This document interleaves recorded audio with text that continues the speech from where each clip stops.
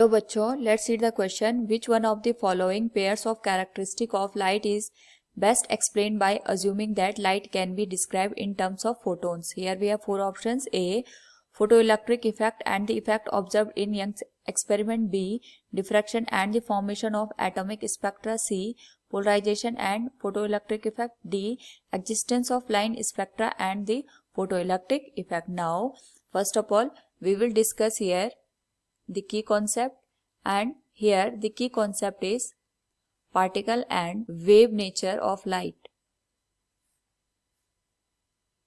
तो जो हमारे पास यहाँ पे लाइट होती है, it shows the dual nature. इसके अंदर पार्टिकल की प्रॉपर्टीज भी होती हैं और वेव की प्रॉपर्टीज को भी ये शो करता है.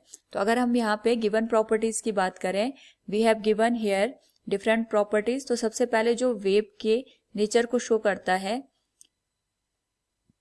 We will discuss them. यहाँ पे हमारे पास जो लाइट होती है, it travel in the form of wave, और इस वेव नेचर की वजह से हमारे पास यहाँ पे जो इंटरफेरेंस है which was observe by the Young's, उसको हम यहाँ पे डिस्क्राइब कर सकते हैं. इंटरफेरेंस का मतलब होता है when we have more than one wave in a medium, तो वो एक दूसरे के साथ यहाँ पे सुपर इम्पोज हो जाती है, और सुपर इम्पोज होने के बाद वहां पे हमारे पास डिफरेंट हमें पैटर्न देखने को मिलता है. दिस पैटर्न और this process is known as interference, और इंटरफेरेंस को हम वेव नेचर के थ्रू यहाँ पे अंडरस्टैंड करते हैं. दूसरा हमारे पास यहाँ पे गिवन है डिफ्रैक्शन.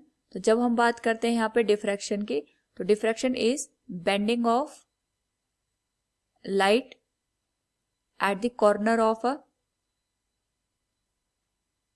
ऑब्स्टिकल. तो यहाँ पे जब हम डिफ्रैक्शन की बात करते हैं, तो बेंड होने की प्रॉपर्टी यहाँ पे वेव के अंदर होती है. सो जो हमारे पास डिफ्रैक्शन का पैटर्न होता है या डिफ्रैक्शन होता है लाइट का, we can understand it by the wave nature. Next होता है हमारे पास यहाँ पे पोलराइजेशन. तो जो पोलराइजेशन होता है, इट इज कि हमारे पास यहाँ पे जो वेव होती है ये हर एक डायरेक्शन में मूव कर सकती है. तो अगर हम इसके एक एक्सिस के वाइब्रेशन को एक तरीके से यहाँ पे कंप्रेस कर दें, तो जो हमारे पास यहाँ पे इंटेंसिटी होती है लाइट की, वी कैन रिड्यूस इट. तो it can also be described bye the wave nature. Now अगर हम बात करें यहाँ पे लाइट के पार्टिकल नेचर की, तो अगर हम बात कर रहे हैं particle nature, it is shown by the photo electric effect. और हमारे पास यहाँ पे जो फोटो इलेक्ट्रिक इफेक्ट होता है, इट इज कि हमारे पास जब कोई सरफेस है उसके ऊपर जब हम लाइट को स्ट्राइक कराते हैं, तो जो लाइट होती है in the form of photon यहाँ पे मूव करती है, और फोटोन की एनर्जी गिवन होती है h म्यू से. यहाँ पे एक पर्टिकुलर फ्रीक्वेंसी की लाइट को जब हम सरफेस पे स्ट्राइक कराते हैं, तो जो इलेक्ट्रॉन्स होते हैं इस सरफेस से, वो इस सरफेस से बाहर इजेक्ट हो जाते हैं. इसी इफेक्ट को हम यहाँ पे कहते हैं फोटो इलेक्ट्रिक इफेक्ट. तो जो फोटो इलेक्ट्रिक इफेक्ट है, it depends upon the nature of the photon जो हम यहाँ पे स्ट्राइक करवा रहे हैं. तो जो हमारे पास फोटो इलेक्ट्रिक इफेक्ट है, it can be describe by the photon और पार्टिकल नेचर. नाउ अगर हम बात करें यहाँ पे नेक्स्ट